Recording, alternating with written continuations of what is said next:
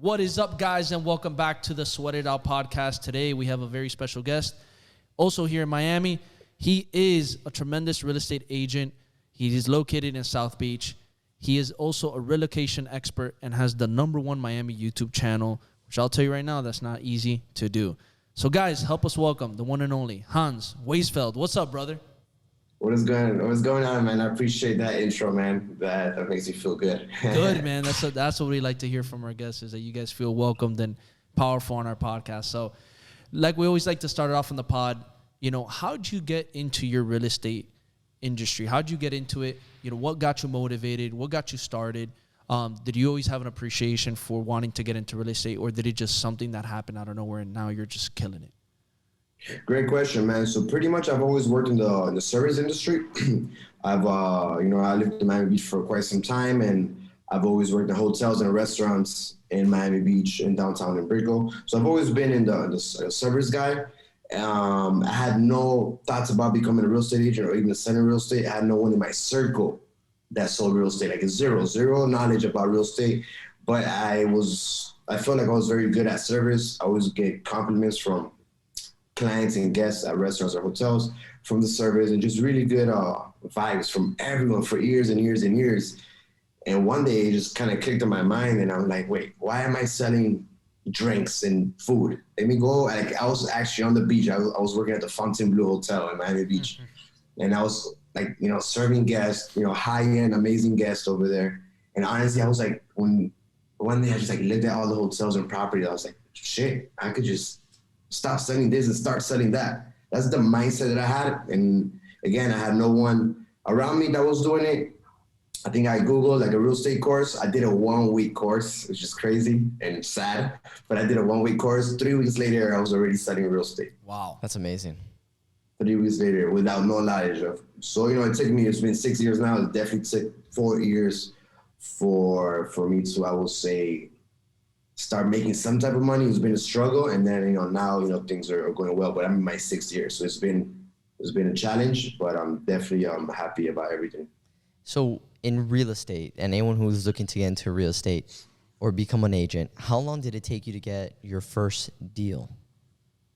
So that's a good question. So that really depends, man. I got my first deal like within months in the business, but that's because I went to a broker where they were giving leads. So I was just getting leads, and I didn't know what I was doing, but I had the service in me, and I had knowledge in Miami. I grew up over there, and I understood service, and I understood hospitality, and just it wasn't that difficult, right? I was an investor. They kind of knew what they wanted. I kind of knew numbers already. So from day one, I've always been like YouTubing, investigating, researching, learning. So it wasn't tough. But again, that's with a broker that was giving you leads. There's a lot of brokers that don't, so that really, really depends. It really depends on where you go. And how do you get business now for yourself? So now about 70% of my business comes from YouTube and Instagram. So I'm heavy on the videos, heavy on the Instagram content.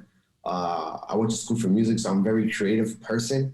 So when I first started doing real estate, I was actually really sad that I was stepping out of the music. When I first started working in real estate, I was working at a music studio, which is my passion, but I didn't really see too much money in that. And again, I had that mindset of like, let me go and start selling the big things. Back to the creativity. So I was going to school for music. So I was really sad at first. And then I said, damn, I could start creating content, videos. I had no knowledge in videos and content, any of these things, but I had your creativity in me from school, from a background in music, and my mom was a dance teacher. I have uncles and aunties that are like authors and very art family. So I was able to bring in the creativity, the art in my career. And that's making videos, being creative, creativity. And then everything that I do in my business is very creative. So I'm really, really happy because now I can do 2 things that I love in one. And that's the power about social media, is that you can have the options to be able to do more than what you were just stuck doing before, where it's like, okay, I only do this in this industry. I can't do other things.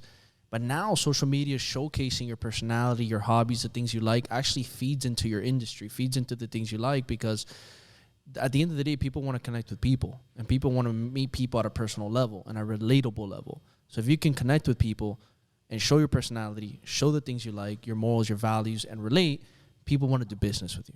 And I've come to the understanding that when it comes to social media, that's one of the biggest components, is that you want to be able to connect with people through you being you.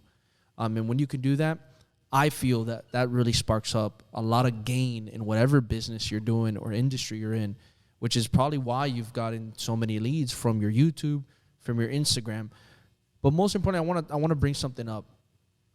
When you started that, right? When you started that, how long did it take you to actually build that traction and start getting leads? Because here's the biggest problem. A lot of people will see and compare, but they don't understand that it takes time. Yeah. The same thing like in anything else. It doesn't happen overnight. How long did it take you to actually start getting leads, good leads? That's a really good question, and it's everything you just said is so true, man. So it took me, I would say, 6 months. I probably started getting some like so leads, but it really took me 1 year. So start getting like better leads, start closing leads. And even within 1 year, I was comparing to other agents, and I was seeing other people doing something similar. I was like, damn, why isn't that working for me? Is it my style? Is it the way that I talk? Is it the way that I dress? Is it the way that I present myself? Is it I knew it wasn't the creativity, because again, that part was, but I was like, there's something up. And I was like, I'm just going to keep going. And then a few months later, so right now it's been almost 2 years that I've been doing content, but I would say like 1.5 years, consistent every single week, putting out videos. That's when I really like a lot of more leads started coming in. I started closing more deals, and now it's just, a ball rolling. And every day I'm just trying to make it better. But 1.5 years is definitely consistency. That's one thing I learned in business, man. Every single business. Most people do give up so quick. No lie. I started a podcast. I gave up. But I was already knowledgeable and understood that anything you want to do, you got to be consistent. And I always say it takes 2 years. So right now I could start a podcast, and I know in 2 years it'll start going. I could be a handyman, and right now it might suck, but in 2 years, like anything, it'll take about 2 years minimum to start going, right? So when I started the podcast, I kind of knew that. But then I started really seeing that it wasn't, like I was better at just bringing information in my YouTube channel, and it wasn't my way to go. But definitely consistency, and everything I see kind of takes like 2 years, man. 2 years. 100%. They say that it takes around 2 years, or I don't know, like 10,000 plus hours to become a master of your craft. And I think you got at that point because think about it. It takes 1 year to kind of understand, get your feet wet, especially in real estate with all the contracts and the language and, trying to understand what people are even saying in the first place. The second year, you're already like, okay, I get what's up. Let's take this business to the next level. And then towards the end of that second year, you already have the foundation. You already have everything set up. It's just build upon that and just be active and attack and just be consistent. What would be one of the biggest, because I know you're here in Miami, what's like one of the biggest obstacles you faced as a realtor starting out and being consistent? It's scary, man, when I tell people there's around 55,000 agents, 55,000 real estate agents in just the Miami Association. So there's definitely so much competition. We all know that everyone has 2 or 3 friends or people that that are real estate agents. So it's definitely a lot of competition. That's definitely the number one, the toughest thing, starting new. That's the number one. And then what else is tough? I mean, there's so much. It's a language, right? There's so much to it, because here's one crazy thing of being an entrepreneur, right? Because at the end of the day, there's a thing that many people may get confused. But being a real estate agent, I look at it, I feel like I don't really feel like I'm a real estate agent. I feel like I'm an entrepreneur. I'm a business, and this is what I've learned now with everything that I'm creating, right? So I'm actually doing more marketing than real estate agent. Like that whole other part of real estate, everything is just systems and structures and getting everything. But everything else is just like entrepreneurship, business, mindset, focus, consistency, all these other things that I think almost every single entrepreneur has in similarity, right? But being a real estate, like, so which again, going back to entrepreneur I was talking about, it's not just understanding the contract and understanding that part of real estate. It's so much things, man. Like you're almost an accountant, you're almost a psychologist, psychology you do with the clients, accountability, like freaking there's so much things that are involved, right? Again, because there's people with emotions, right? So it's like, I don't know. Sometimes you can't use emotions. You got to be rational, right? Sometimes people are really busy in their life. You just got to be on their ass. You got to follow up like crazy, right? And there's so much like marketing, again, being creative, doing content, like having systems, having structure. There's so much managing people's money, numbers, investing, right? Finances. Hey, if you invest here, you can get this much return. If you invest here, you get. So there's so much things in real estate that it's not just the one thing. That's probably the toughest part. Is like learning so much little things about everything in life, so you can better help your clients. And that takes a while. Again, I'm in my 6th year, and just now I'm feeling really, really comfortable that I can help someone buying $100,000 property or someone buying a $10 million property. But it definitely took a long time to really get to that level of confidence and understanding the basics around being an entrepreneur and helping people with everything, not just the real estate part, but everything else.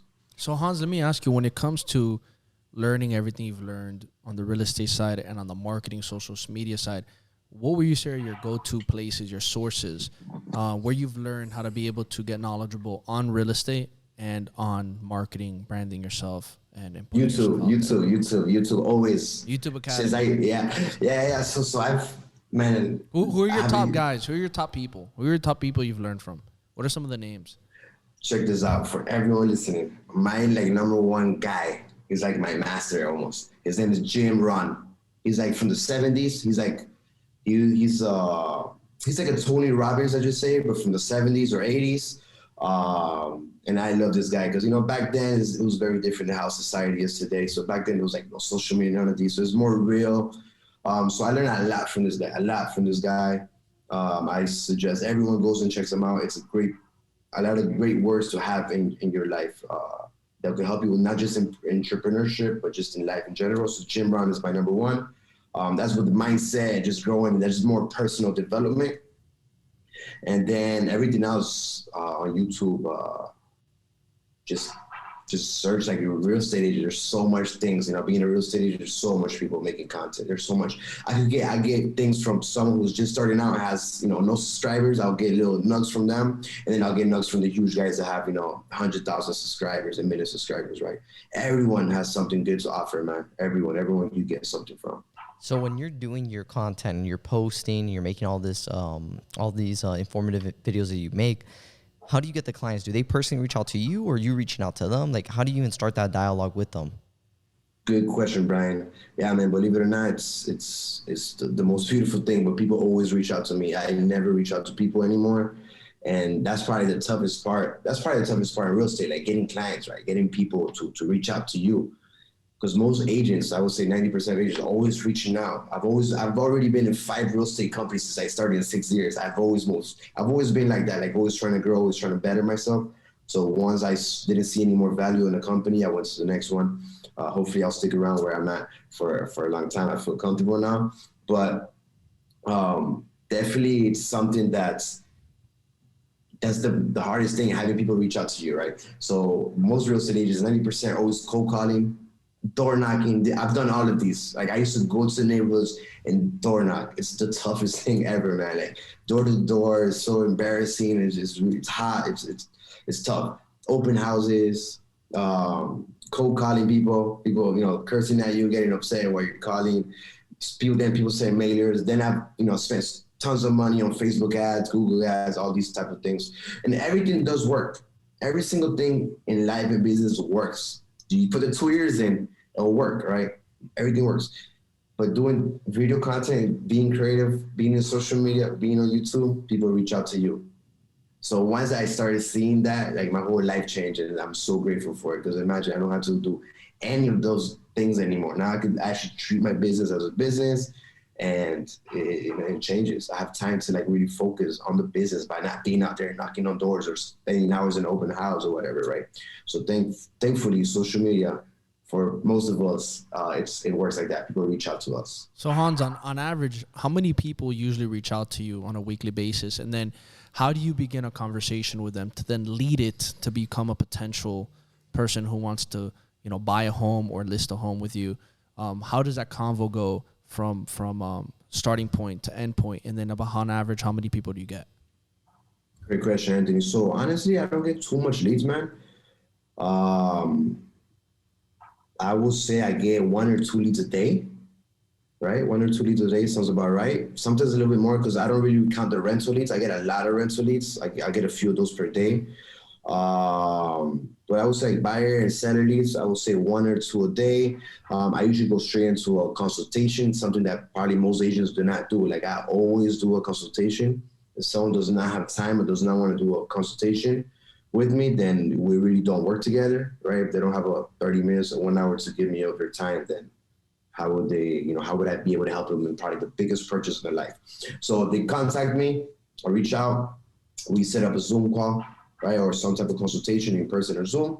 And then from there, I get the whole criteria. I explain to them everything. I explain to them how the market is because today's market, Miami market is terrible right now. It's on fire. It's you have to have knowledge of how it is. If not, you're not going anywhere. You're not getting anything. So it's very, very important to have that conversation.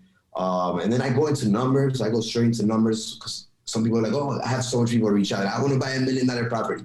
I go straight into numbers. I'm like, your payments are going to be, they just say, your payments are going to be $5,000 a month, right? And they're like, oh my God, no, that's too much or something, just throwing numbers out there. But that happens a lot. So I kind of get exactly what numbers they're comfortable with, what areas, this and that. And then we start seeing properties, then we send offers, we go into contract, and we close, right? So that's pretty much my fun.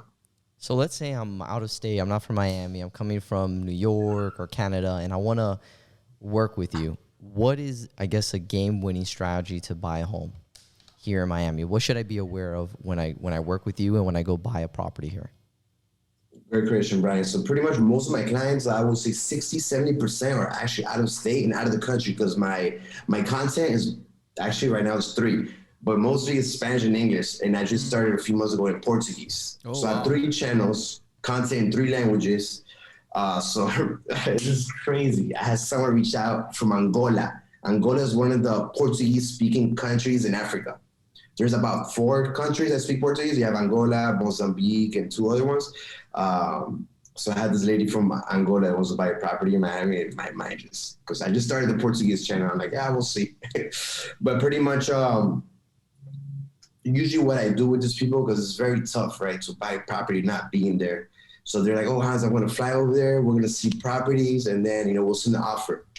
That's not how it goes. Unfortunately, it's not how it goes. The market is too hot. So we'll do the consultation. I'll see what they really want, their needs, their wants, the criteria. I'll start sending them properties.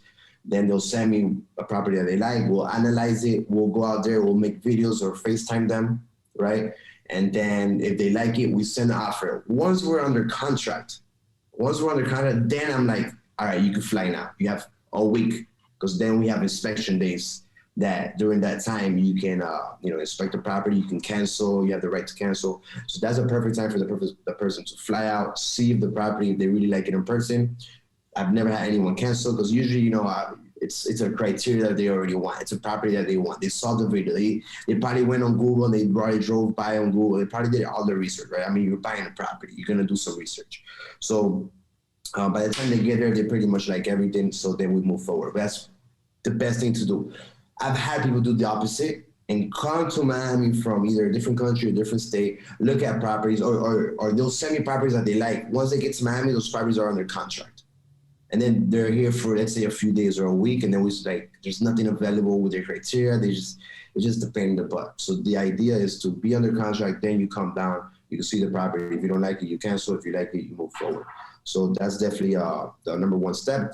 And then number 2, very, very important. Unfortunately, you're gonna need a lot more money than what you think. So let's make numbers easy. Let's just say you're buying a $1 million property. You're going to need 25%. Let's just say it's an investment property. You're going to finance 25%, right? So that's $250,000. Then you're going to need closing costs. Might be another 2%. But then on top of that, what's going on in the market in Miami and many other parts of the country is that properties are overpriced or pretty much the appraisal is not catching up to the price. So that $1 million property, the comps or the appraisal, the bank may appraise it for, let's just say, $850,000, $900,000. So what does that mean? If that person wants that property, they also have to have those 150 extra on top, right? That's what's going on with everyone. That's just in the big scale. But on the little scale, on the $300,000-$400,000 properties, you're going to need 20, 30, 40, 50 grand more. I'm looking into buying my second investment property right now. A few weeks ago, I sent the offer. A property was $450,000. I sent $500,000. and they went under contract with another person that sent 550 cash. So that's $100,000 more. So on top of everything that you got to put, then you got to go and put in an additional, 100 grand, 50 grand, whatever it is. So unfortunately, if you don't have that money, if you don't have any money right now, it's probably impossible. So you have to have that extra money to play in today's market. Do you think that this craziness in Miami is sustainable? Is this going to keep going, or are we going to see a slowdown here? I don't think there's going to be a crazy pullback, but I do think there probably is going to be a slowdown. Hopefully, man. Hopefully, I know I'll be making so much more deals. My business will be much better. And probably many people's business will be better, with prices being normal. For example, we sent an offer yesterday with a client from Las Vegas, right? I put it on my Instagram to a story. The lady answers me, the agent answers me that they have 40 offers. Wow. So what does that mean? And there's so much properties that are like that. So that means there's so much demand still. Out of those 40, one person is going to get a property. So we're missing 39, right? And that just keeps going on and on and on. So it's going to keep happening until, the supply and demand kind of either balance out.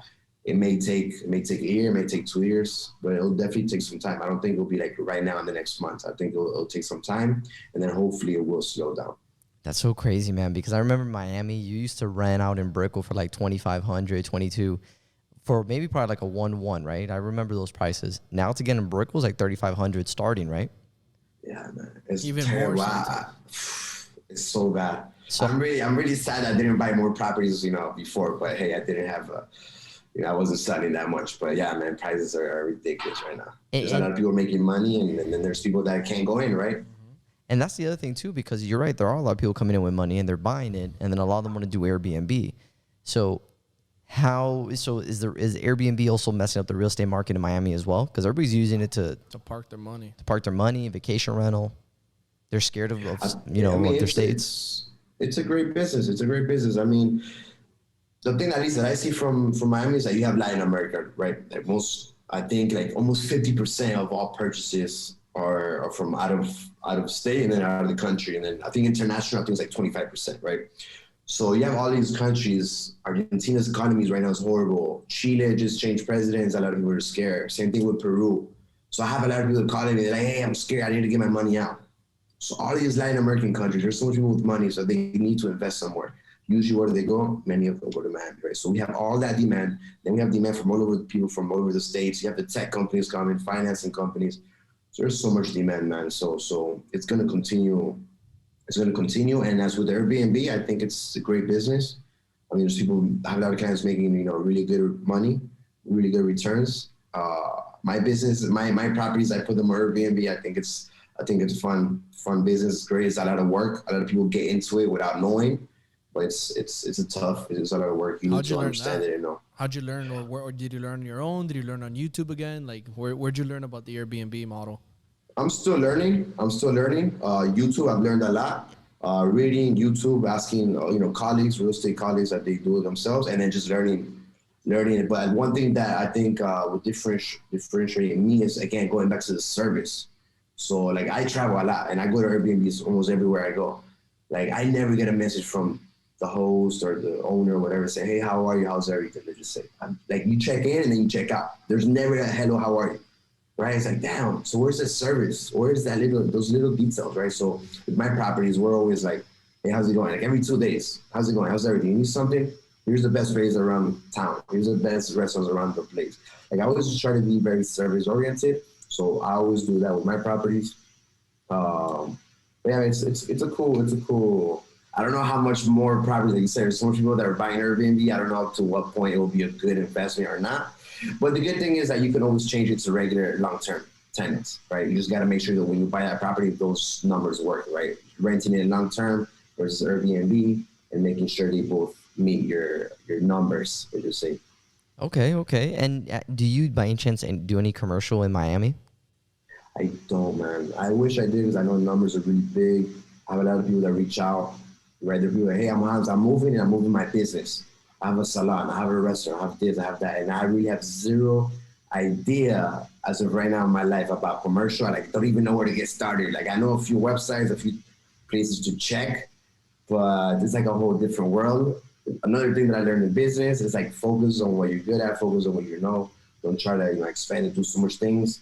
because then you'll never master any of them. So right now I'm just 100% focusing on, people 100. relocating, land, I agree. And I'll tell you man. right now, look, the biggest thing here, I think there's a big play here, is that you've also separated yourself with a part that you're like, you're literally speaking 3 languages and in these platforms where you're allowed to like create more diversity and be able to have more opportunities to get more leads and hit more people, because you have that skill set of being able to speak 3 different languages, and now you can reach out a bigger audience. So I think right there in itself is you have so much that you can still do with what you know a lot about in your real estate space, because you have so many different verticals to be able to reach more people and get more people. In which, alone that woman or that person you reached out in Angola. Who would have thought? Like, I would have never been able to connect with that. Bryan probably would have never been. You know what I mean? And you had that opportunity to do so, which is an advantage. So, where do you see the goal for yourself when it comes to these social media platforms that you're starting? What's the goal in mind? Like, in the next few years, where do you want to see the real estate go to? Where do you want to see those platforms go to? And what's the end goal for you? Whew, what a good question, man. So not me in general, just society, real estate in general. Where would it go in 5 years from now? Where would be the ideal place? Is that the question? Anthony? So for yourself, like, where do you see your real estate business in the next few years, and like your platforms? Like, where do you want them to go? Like, what's the end goal for your platforms and your business for you personally? Okay, for me personally, I got you, man. That's a good question. I want to keep going, man. I want to double. I definitely want to double. Like, I definitely don't put that much energy. That's another thing, right? So one thing is being consistent, and then if you want to double, you gotta double in everything that you do, right? I don't really want to, like, again, at the end of the day, I'm just here to help people, right? Just inform. That's all I do is give information. Just like how YouTube is like a bunch of free information, I'm the same thing. Just free information about Miami and everything, you can watch my videos, and I'm just genuine. I'm just myself. It's like I'm talking to you guys. I make my videos like that. So as with my all the platforms on the social media, I'm just like giving information. I do want to double, but at the end of the day, my business is just like help people buy, sell, and just real estate. So it's 2 different things, right? The social media does help me get buyers and sellers, but I don't want to convert into a YouTuber or into a influencer on social media, because then I'm going to lose focus on actually my actual business, right? So that's why I do want to double, but always, aiming still towards my real estate business and not all these platforms, right? But hopefully I keep going, doubling. Right now, reels, I see other things to go. So I just started adapting to like making more reels. Before I wasn't. So yeah, man, hopefully in a few years from now, I could definitely double the business, double the social media, help more people. And I actually see myself in the future, like being just like helping the agents, helping just businesses, entrepreneurs. So going more into like the coaching space. Maybe going into the coaching space, maybe, but like in the future, I can see myself doing that. Again, I consume so much content of like self-growth and motivation and real estate and business and this and that I feel like I can definitely help a lot of businesses. There's a lot of businesses, so much businesses I feel like are doing the wrong thing, and I see that learn from real estate. So now I can look back at other businesses, like for example, following up. How much businesses you go to?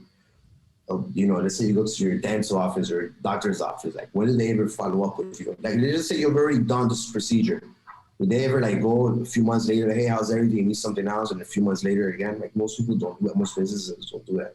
So I've learned so much things from real estate that I could definitely help in the future other businesses. But just to answer the question, hopefully I double in everything. Hopefully my YouTube doubles as well.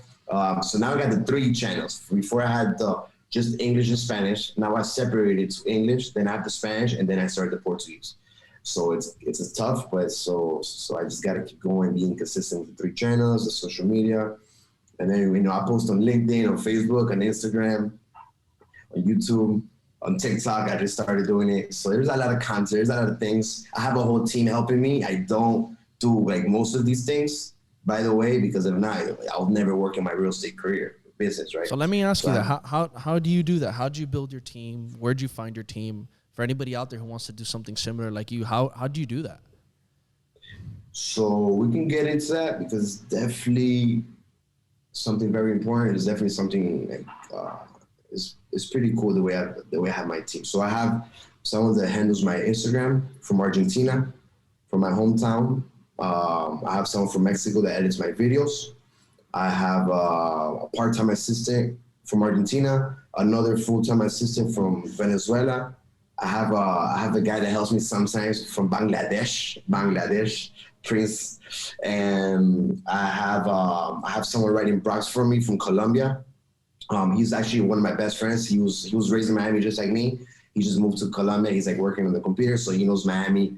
You know, so it's, and he's actually he loves literature. Has a master, so he loves writing. So he's writing blogs for me.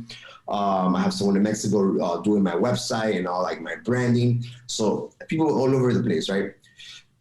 Online, you find them online, just LinkedIn. I've sent so much like messages on LinkedIn. You know, I'll like filter people. I'll go to different countries and like filter people depending on who I want to work with. You know, I'm Argentinian. I feel very connected to the Argentinian people. So I have a lot of, you know, probably a few people on my team are Argentinian. I feel very connected to them. Then I have the Venezuelan, the Mexican. So most of them, I guess, are lying. They're all lying. You know, again, you have to, because you got to speak, for me, you got to speak both languages. And then Portuguese is almost like that. So they could also, you know, help me out with the Portuguese as well. Yeah, man, but I think everybody should have like part-time assistants, you know, full-time assistants, everyone. There's so much little things that we do in business that I learned this. I learned this in real estate. I think Keller Williams, which is one of the bigger companies in real estate, taught me this. But they're like, get how much you made in 1 year, right? Your net profit. Then divide that how much hours you think you worked in that year, right? So let's just say you work, you know, 8 hours a day, 5 days a week, you know, 40 hours, whatever, 40 hours a week, whatever that number is, you divide your profit. So that's going to tell you how much hours you're worth, right? It could be $50, it could be $1,000, whatever it is. So then let's just say you're worth $50 an hour, you know, according to what these people teach you. You're doing a $10 an hour job, right? So then you start delegating a lot of these little things, even though it may cost you, but then you can focus, again, on doing maybe consultations, looking at properties, analyzing properties, following up with clients, speaking with clients, making content, making videos, right? So that's really what I've learned, and that's definitely helped me grow a lot more. That's why, again, I'm not really in the real estate business running around. I have a team in Miami that helps me show properties as well. I didn't mention that. I have a guy from Russia and a girl from Venezuela. As of right now, hopefully I keep growing that. So they're also helping me show most of the properties, right? So I'm just here, like just making sure everything is going well in the business. So that definitely has changed a lot too in the last 2 years of my business. A lot of people are scared to do what you just said, and it's investing in your team and building out your internal infrastructure of what you need to run your business. And a lot of entrepreneurs, especially small business owners, I see a lot of and Anthony and I see a lot of these issues where they're scared to make that investment up front of, you know, take like $10 off their hourly rate of what you're saying and invest it in a video editor or a content director, or somebody's going to help you close your, you know, do your closing process. Tell me if this is true or not. How much more business have you gained by just, you know, you take a little bit of a cut in the front, but in the back end, you've seen your business explode. Like how quickly and how impactful has that been for your business? If you put that scale 1 through 10. That's crazy. Good question, man. Almost immediately. It is, like, I guess a lot of people are scared, man. I didn't even mention, I also have 3 coaches. I have 3 coaches as well. Like, I'm going full out. Again, I learned so much from podcasts, from business, so I understand you need to do all this. I just understand it. Like, in the beginning, you may not see it. You're like, oh shit, I got to pay $10 an hour. I got to pay this much money. And it's scary, right? Because it's like numbers, but I just know that's the way to go from learning from so much people that have already done it. So I'm not looking at it as like, oh shit, numbers. It's more like, hey, this people has done it, it's worked for them. I'm just going to do it. Like, don't worry about the numbers. Don't worry about the money. And as soon as I started, especially online, like Latin America and so much countries, you could pay so little money, right? You could pay part-time assistant, a couple $100, $400 or $500 a month to help you with so much things. And video editors and social media. So there's no excuses, right? It's very little money. Like Miami right now Buying is very expensive. You go out and have some drinks, you spend $100. Mm-hmm. With $100, with 300, you get someone to like do so much things for you. So I guess people are like, I know people are gonna be like, well, where do I go and find them? How do I do it? What do I tell them? I mean, hey, if you want to grow your business, you need to like have the structures. For months, I've like wrote down like structures step by step. So like when I started getting like my full-time assistant, I'm already at my fourth one. It's not easy. It takes time and it's a lot of energy and effort. But again, I'm not running around showing properties and busy all day. Now I'm just only focusing on my business. So again, I did see it in very little time. In a few months, I already saw my whole business change from when I kind of stepped out and started like delegating almost everything. So this was a recent change you just made in your business? Wow. Yeah, this has been, I will say 1 year. I will say 1 year ago, I kind of stopped showing properties. And that was really tough too, because I was like, from this much commission, I'm only going to make this much. But then I was like, I don't know. I was like, let's do it. I'm going to do it. I'm going to do it. But you expanded your time. You expanded your time, and now you're doing more things on your business. You could do more content. You can train more people. So you're going to get more, right? You're always going to get more. And I tell people all the time this because it is true. In business, if you want to scale, you know, you got to scale with people. You can't scale on your own. And that's from personal experience, personal experience. You can only get so far doing it yourself. You will eventually get burned out. You can't be in so many places at once. You can't do so many things at once. But if you put the right people around you, and most important, you put people around you that are actually better at you at certain things, that's the secret. That's the secret sauce. 100%, Anthony. That's something I learned as well. So, like, I like editing, but hey, I'm not a professional, so give it to someone else. I like administrative work. Like, I suck at that. So my part-time assistant, I just like audio message them, hey, put the note, a reminder for this, a note for this, do this contract. And check this out. In the United States, for real estate agents, most of so there's something called transaction coordinator. And these people are people who pretty much manage your whole transaction in a sale, right? Contracts and everything that has to do with the contracts, from like contract to close, they call it. And usually these transaction coordinators charge like $400 or $500, probably less, probably more. So when I started paying the transaction coordinator and I started seeing what they were doing, and then I was like, it clicked. I think that's one of my part-time assistants. No, that's when I was like, I'm gonna do a full-time assistant. I was like, dude, I do 2 a month. That's $1,000 a month. I could just get someone to work full-time for me for the same amount. And I'll teach them transaction coordinator and I'll teach them everything else. So that was one of the things that helped me get the full-time assistant. And yeah, man, I feel like a lot of people are doing it wrong. It's crazy because I just learned all this, in the recent years, but I can look at so much businesses that are doing things wrong for not focusing on what they should be focusing on, right? There's something called the 80-20 rule. And the way I look at the 80-20 rule is, and that's everything in life is the 80-20 rule, and pretty much it's going to be like 20% of what I do every single day brings me 80% of the results, right? Or you can vice versa, or you could do it like vice versa. Maybe like 80% of my income maybe comes from 20% of my sales, or right? You can vice versa, but it's always the 80-20 rule. So I like to look at it as like every single day when I go to my computer, I'm like, all right, I need to focus on my 20%. That 20% that brings me 80% of results. As for me, it's gonna be making videos, content creation, following up with clients, being on the phone with clients, and managing my team. Everything else, like making a video, freaking doing a contract, all these little things, that's not my 20%. That's not the 20% that gives me the money, right? And so much companies and so much businesses do it the wrong way, right? So it's super important to understand what are you good at, what brings you to sales, and just only focus on that. Very, very, very, very important. Hans, what can I say? I really appreciate you, man, taking your time today to jump on here, share with us some of your personal experiences from when you started to where you're at now, to still learning so much, like you said, to continue to grow, double what you're doing now with your platform, with your real estate business, talking about your teams and mindset. I think it's all important factors. So, brother, I just want to say thank you so much and give you the floor for a sec to let people know where they can find you and connect with you.